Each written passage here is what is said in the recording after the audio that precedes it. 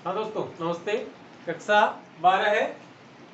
कक्षा 12 है हिंदी अनिवार्य आरोह भाग 2 और हरिवंश राय बच्चन के द्वारा रचित कविता आत्म परिचय के पाठ्य पुस्तक के जो आगे के प्रश्न उत्तर है उन पर चर्चा कर रहे हैं। और उसी चर्चा को ध्यान में रखें या उस चर्चा के हिसाब से देखा जाए तो ये उस चर्चा का दूसरा पाठ्य प्रश्नोत्तर का दूसरा वीडियो है। पाठ्य पुस्तक के प्रश्नोत्तर होने के पश्चात हमें अन्य जो महत्वपूर्ण प्रश्न हैं जो जिन्हें हम कह सकते हैं कि परीक्षा के लिहाज से उन पर भी चर्चा करेंगे। एक साथ ही इन सभी प्रश्नों पर चर्चा कर रहे हैं। पहला प्रश्न हम देख चुके, यह दूसरा प्रश्न है। कह रहे हैं कवि कि जहां पर दाना रहते हैं वहीं पर नादान भी। दाना का अर्थ होता है अक्लमंद, अक्लमंद या समझदार। जहां पर समझदार रहते हैं वहां पर ना धन दाना मतलब नादान भी होते हैं।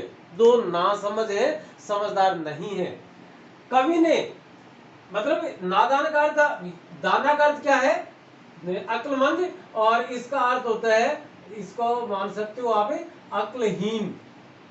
कवि ने ऐसा क्यों कहा है कि कवि ने ऐसा क्यों कहा कि जहां पर नासमझ रहते हैं, सॉरी, जहां पर समझदार रहते हैं वहां पर नासमझ भी रहते हैं। लेकिन सत्य का किसी ने जाना, क्या सत्य किसी ने कोई जान पाया? तो ये जो पूरा अंतर है उस अंतर के हिसाब से देखा जाए तो हमारा उत्तर क्या बनता है। देखिए कि नादान अर्थात नासमझ, अक्लहीन व्यक्ति, बुद्धिहीन व्यक्ति सांसारिक मोह माया में उलझ जाता है। वह इस मोह माया को निरर्थक मानते हुए भी इसमें फंसा रहता है। देखिए आप मैं हर वो व्यक्ति जो जिंदा है, सांस ले रहा है, उसे इस बात का पक्का विश्वास है और वो जानता है इस बात को कि शराब स्वास्थ्य के लिए, घर के लिए, परिवार के लिए, समाज के लिए और संसार के लिए हानिकारक है। बावजूद इसके भी लेते हैं लोग, पीते। तो जानते हुए कि सामाजिक जो व्यक्ति है वो इस सांसारिक माया मोह को में उलझ जाता है, वो इस माया मोह को निरर्थक जानता है, उसे पता है कि ये गलत है, फिर भी वह इनमें फंसा रहता है क्योंकि वह क्या है? वह नादान है। संसार असत्य या मिथ्या है, जबकि मनुष्य इसे सत्य मानने की नादानी कर बैठता है। वो नादानी क्या करता है? वो ये करता है कि नहीं, ये संसार में जो हम कुछ देख रहे हैं वो ही सत्य है, वही शाश्वत है, वो सदा चलने वाला है। जबकि और तो बाकी छोड़े बात, हमारा जो शरीर है वह भी हमारा साथ नहीं देता, दिन प्रतिदिन वो भी बूढ़ा होता चला जाता है और अंततः मृत्यु हो जाती है। और बात मृत्यु की आती है तो प्रेमचंद के गबन नाम के उपन्यास में यदि आप पढ़ेंगे तो वहां वकील साहब की पत्नी और वकील साहब के मध्य बात हो रही है। बात आती है कि मनुष्य को जिंदा रहने के लिए, अंदर लेने के लिए क्या चीज चाहिए? ऑक्सीजन, पानी, धूप। अब एक व्यक्ति चाहे भले वो खेत में है, घर में है, कहीं भी है, उसकी मौत हो जाती है अनाया अचानक ही, जिसको हम हार्ट अटैक कर सकते हैं या और कुछ भी सामान्य नेचुरल डेथ कहा जाता है। क्या मानते हैं कि जब वो मर रहा था उस समय परिवेश में या वातावरण में या वायुमंडल में ऑक्सीजन खत्म हो गई थी? बिल्कुल नहीं थी। उसके अंदर लेने की ताकत भी थी, कार्बन डाइऑक्साइड को बाहर छोड़ने की भी थी, लेकिन फिर भी वो मर जाता है। तो ये एक दार्शनिक विषय है, हम इस पर नहीं जाएंगे। तो वही बात है कि वो सत्य मानता है किसको? समाज को, संसार को, कि जो कुछ मैं देख रहा हूं, जो आवरण, जो मैंने अपने इर्द गिर्द जो हवा खड़ा किया वही सदा रहने वाला बिल्कुल नहीं रहने वाला है। जो वो तो समझने की नादानी कर बैठता है। इसके अलावा कुछ लोग ऐसे भी होते हैं जो इसी समाज या संसार में रहते हैं। कुछ लोग हैं, वो ज्यादातर लोग कैसे हैं? इनके जैसे नादान, किंतु मोह माया से वे दूर रहते हैं। कुछ लोग ऐसे भी होते हैं, ये कुछ लोग हैं, यह मोह माया से दूर भी रहते हैं। कवि कहना चाहते हैं कि इस संसार में प्रत्येक प्रकार के या हर प्रकार के लोग रहते हैं। इस पंक्ति का अर्थ यहाँ यह था। अब दूसरा आता है, ये वैसे चौथा प्रश्न था, जगह के हिसाब से मैंने 3 नंबर लगा के लिख दिया। 3 नंबर वाले प्रश्न का उत्तर थोड़ा बड़ा था और लिखने के लिए स्पेस हमारे पास कम था, तो हमने आगे लिखा है। आगे कवि का प्रश्न है कि शीतल वाणी में आग लिए फिरता हूं से के होने से क्या अभिप्राय है? कि शीतल वाणी, शीतल वाणी ठंडी, और आग, अब आग की तासीर गर्म और शीतल की तासीर ठंडा, तो कैसा कैसे संभव है ये दोनों चीजें?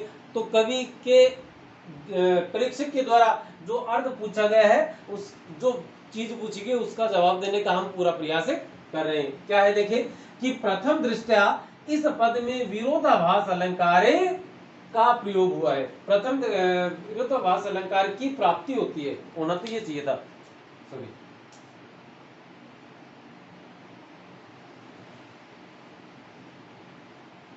प्रथम दृष्टया जब पहली बार हम इसे देखते हैं तो हमें इसमें विरोधाभास अलंकार दिखाई देता है, और है भी प्रथम दृष्टया, पहली बार देखने पर विरोध का आभास। मतलब जब कोई सामान्य बुद्धि वाला व्यक्ति किसी कथन को पहली बार या एक बार पढ़कर, सुनकर, देखकर ही विरोध प्रकट कर दे या उसे विरोध का आभास होता है, तो वहां विरोधाभास अलंकार माना जाता है। यद्यपि कवि की वाणी शीतल है, वाणी कैसी है उसकी? शीतल। वो किसी अपशब्दों का इस्तेमाल नहीं करते, वो जोर से नहीं बोलते, अपनी बात को बड़े आराम से, बड़ी तजवीज के साथ वो रखते हैं। तथापि उनके मन में विद्रोह है एवं असंतोष का भाव है। उनके मन में क्या है? असंतोष का या विद्रोह का भाव है। अब विद्रोह का भाव किसके खिलाफ है? आपकी या मेरे? नहीं, वे सामाजिक व्यवस्था से संतुष्ट नहीं है। समाज की जो व्यवस्था, उस समाज की व्यवस्था से वे संतुष्ट नहीं है। प्रेम रहित संसार उन्हें स्वीकार्य नहीं है।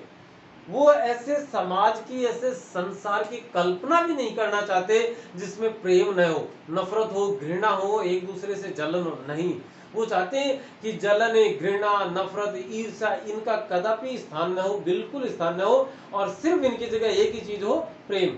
तो वे प्रेम रहित, मतलब प्रेम के बिना का जो संसार है वो उन्हें स्वीकार्य नहीं है। अतः कवि अपने असंतोष को वाणी से प्रकट करता है। उसकी वाणी कैसी है? शीतल है, लेकिन वो जो असंतोष है, उस असंतोष को प्रकट करने का उसका जो साधन है, जो निमित्त है, जो कारण है उसके पास है, वो क्या है? जो वह भी क्या है? वाणी है।